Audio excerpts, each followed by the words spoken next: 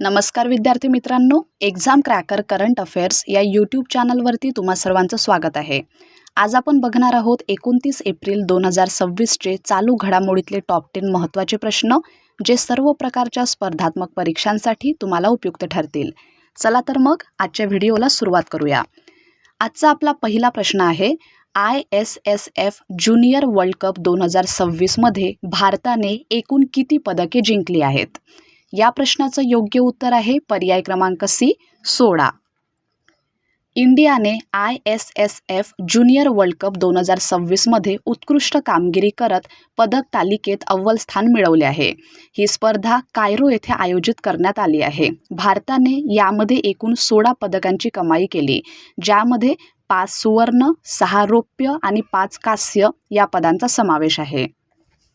पुढला प्रश्न आहे, सेबॅस्टियन सावे यांनी 2 तासांच्या आत मॅरेथॉन पूर्ण करण्याचा विक्रम कोणत्या स्पर्धेदरम्यान नोंदवला? या प्रश्नाचं योग्य उत्तर आहे पर्याय क्रमांक C, London marathon 2026. Sebastian Sawe यांनी अधिकृत मॅरेथॉन स्पर्धा 2 तासांच्या आत पूर्ण करून इतिहास रचला आहे. लंडन मॅरेथॉन 2026मध्ये त्यांनी 1 तास 59 मिनिटे 30 सेकंद अशी विक्रमी वेळ नोंदवली. अधिकृत मॅरेथॉन स्पर्धा 2 तासांच्या आत पूर्ण करणारे ते जगातील पहिले धावपटू ठरले आहेत. या कामगिरीसह त्यांनी केल्विन किप्टम यांचा 2 तास 0 मिनिटे 35 सेकंदाचा पूर्वीचा विक्रम मोडला आहे. प्रश्न तिसरा आहे, भारतातील सर्वात मोठे मशरूम उत्पादन केंद्र बनण्याच्या उद्देशाने मशरूम मिशन कोणत्या राज्याने सुरू केले आहे? प्रश्न क्रमांक 3चं योग्य उत्तर आहे पर्याय क्रमांक सी, आंध्र प्रदेश. मुख्यमंत्री एन चंद्रबाबू नायडू यांच्या नेतृत्वाखालील आंध्र प्रदेश सरकारने अंदाजित 13,000 कोटींची गुंतवणूक असलेला मशरूम मिशन प्रकल्प सुरू करण्याची योजना आखली आहे. या माध्यमातून मशरूम म्हणजेच अळंबीचे सर्वात मोठे उत्पादक राज्य बनण्याची त्यांची उद्दिष्ट आहे.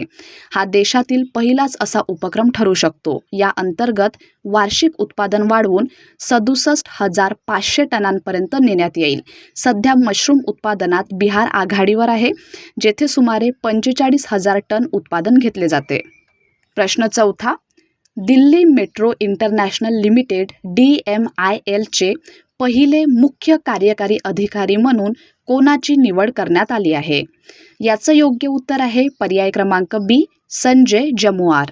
दिल्ली मेट्रो रेल कॉर्पोरेशनने दिल्ली मेट्रो इंटरनॅशनल लिमिटेडचे पहिले मुख्य कार्यकारी अधिकारी म्हणून संजय जमुआर यांची नियुक्ती केली आहे.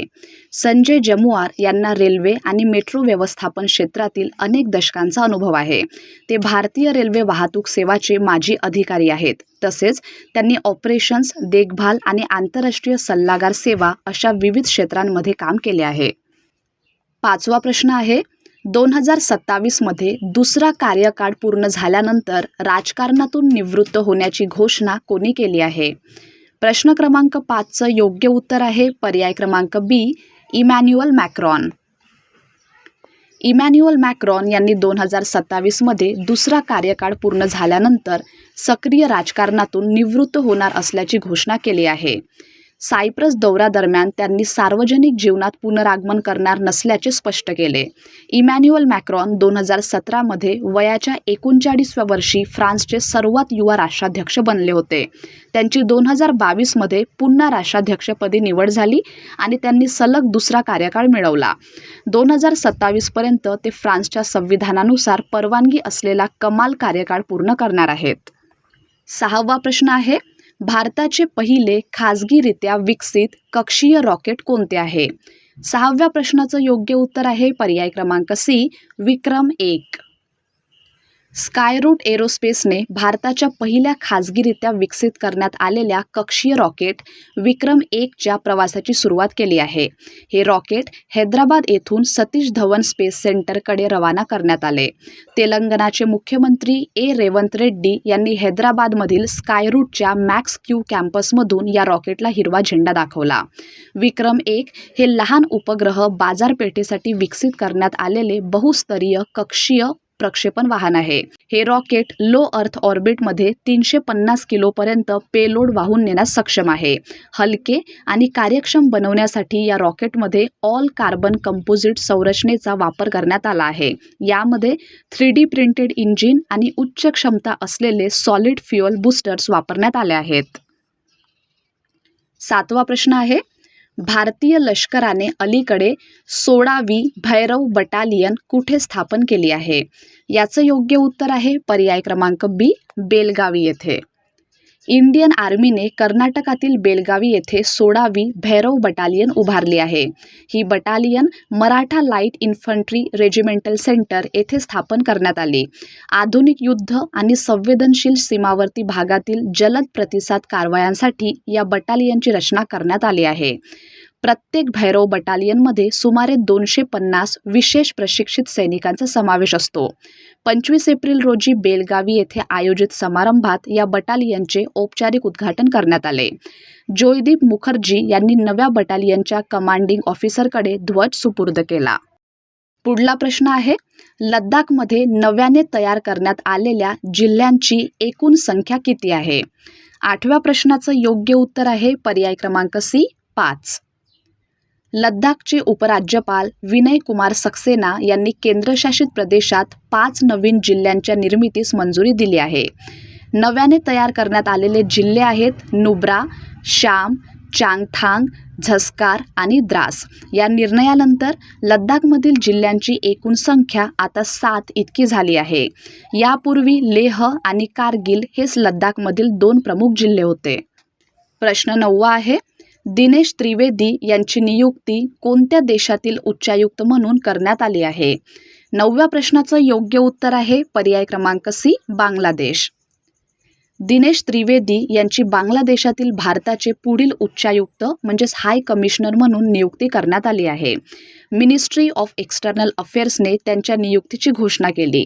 भारत आणि बांगलादेश यांच्यातील द्विपक्षीय संबंध अधिक स्थिर आणि मजबूत करण्याच्या दृष्टीने ही नियुक्ती महत्त्वाची मानली जात आहे. दिनेश त्रिवेदी हे अनुभवी राजकारणी असून त्यांना संसदीय आणि प्रशासकीय क्षेत्राचा दीर्घ अनुभव आहे. त्यांनी केंद्रीय रेल्वे मंत्री म्हणूनही काम पाहिले आहे.